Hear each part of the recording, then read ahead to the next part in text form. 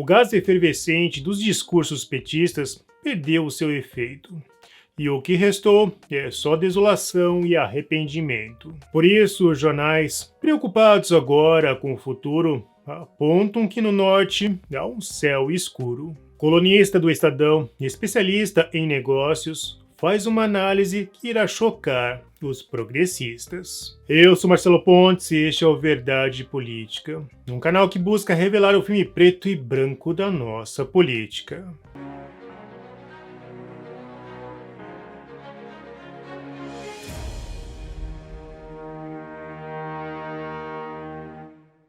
O governo Lula não está mais sob o manto ilusório midiático do passado. Também temos a internet, que não está à venda, ou sob a tutela dos grandes interesses elitistas, e por isso não deixa as narrativas prosperarem. Todo aquele sonho vendido em 2022 está caindo por terra, já que o PT vem mostrando, ao contrário do que dizia Felipe Neto, um viés nada semelhante à social-democracia dinamarquesa. Até o momento, o governo boia sem saber para que lado remar. Afinal, não pode remar em direção a Cuba sem o consenso do Congresso. Porém, os 3 incidentes diplomáticos, a recepção dos navios iranianos, dos militares chineses e da comitiva de Maduro geraram péssima repercussão. A inclinação do Brasil a modelos ditatoriais também vem incomodando alguns jornais. O Estadão se mostrou preocupado com os rumos, após incidente com a jornalista da Globo na recepção a Maduro. Em seu editorial, houve críticas ao novo modelo de contenção da imprensa. A contenção é direcionada aos jornalistas. Isso fica comprovado quando se nota que o cercadinho montado pelo GSI, a pretexto de proteger as autoridades durante as solenidades oficiais, não impede, ora vejam, que blogueiros simpáticos ao governo, militantes petistas e apoiadores do presidente se aproximem tanto de Lula como da primeira-dama Janja da Silva e de ministros de Estado para cumprimentá-los e tirar fotos. Não é de agora que o PT e Lula, em particular, são obcecados pela ideia de uma imprensa encabrestada. Volta e meia, os petistas regurgitam seu plano de instituir no país o que chamam de controle social da mídia. Um eufemismo nada sutil para a censura. O partido jamais lidou bem com a liberdade de imprensa. O sonho dos petistas é um jornalismo sabujo, achado no chão. Bem, no que depender deste jornal, jamais o terão. O colunista da Gazeta do Povo e da revista Oeste, Flávio Gordon, questionou o Estadão. Ué, mas foi o próprio Estadão, junto com seus pares do consórcio, quem disse que Lula iria salvar a democracia. Esqueceram? O editorial também se mostrou preocupado que o atual governo esteja seguindo na contramão do que havia prometido. Editorial: Cultura do sigilo. Para quem ocupa cargo público, é sempre mais incômodo o exercício do poder à luz do dia. Por isso, a Constituição estabeleceu o direito à informação. E é parte da proteção da democracia defendê-lo. Lula nunca dá as caras fora de sua bolha sindicalista. E por isso, mandou um representante ao maior evento cristão, a Marcha para Jesus. Ao lado da evangélica Benedita da Silva, o ministro da Advocacia Geral da União, Jorge Messias, foi vaiado durante o pronunciamento.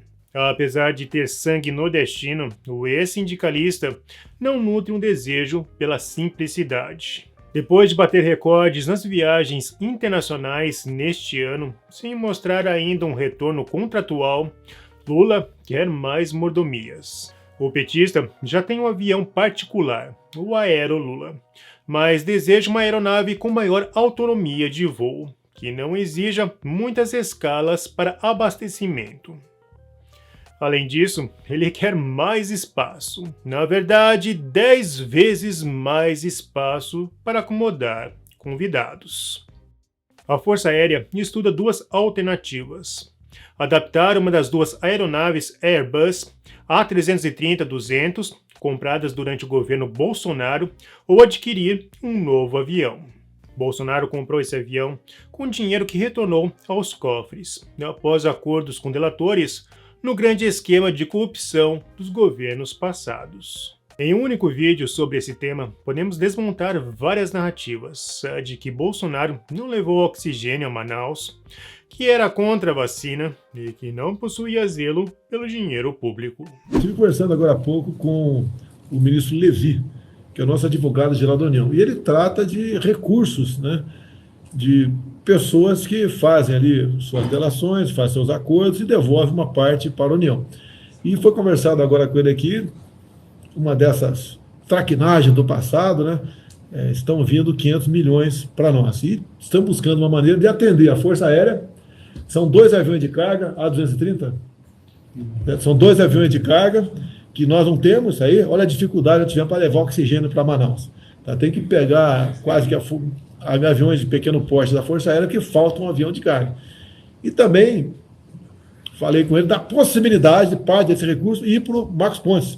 Que, acredite, o Marcos Pontes tem uma equipe excepcional no seu ministério e ele gostaria de dar prosseguimento na feitura, né, de uma vacina brasileira. Porque esse problema da Covid, pessoal, vai ficar a vida toda.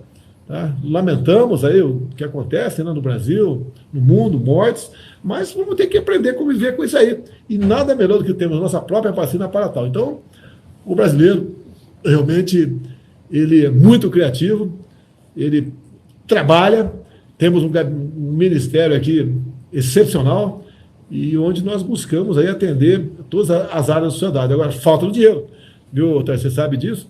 Você vê, por exemplo, aí muitas vezes se precisa fazer obra, né, pelo tamanho do Brasil, a gente fica esticando aqui, esticando lá, buscando recursos para atender aí a demanda, porque o Brasil não pode parar.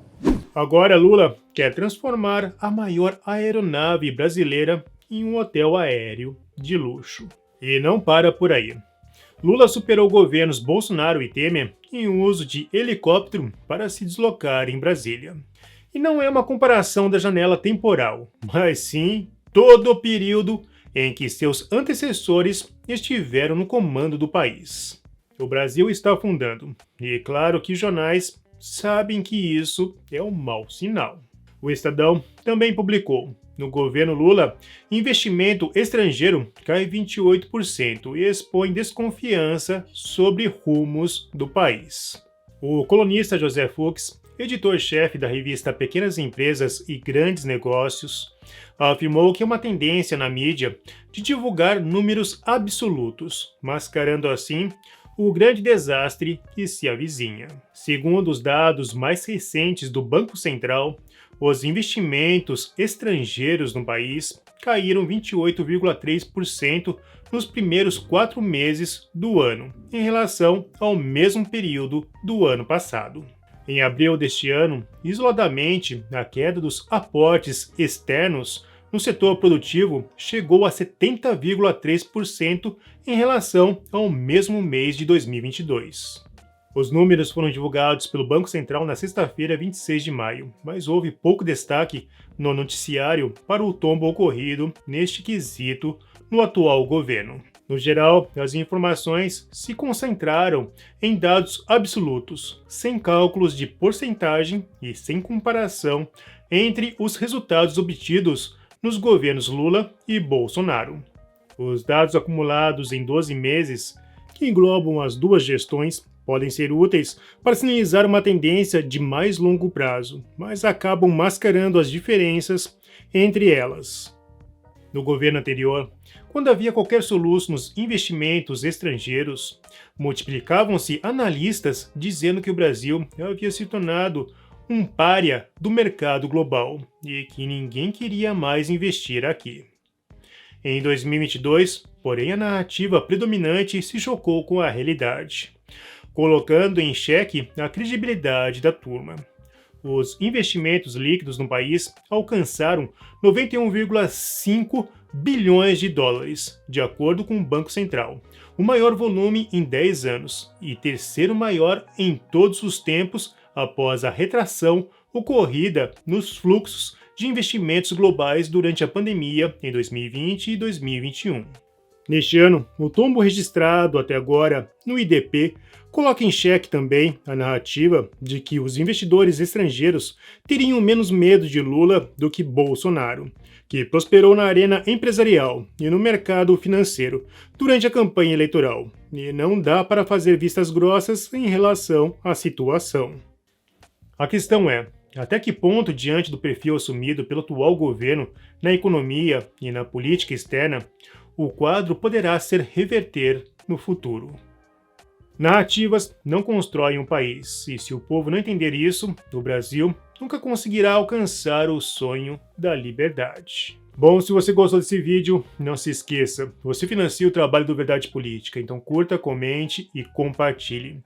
Clique no sininho para você receber as nossas notificações e vamos continuar na luta em prol da liberdade.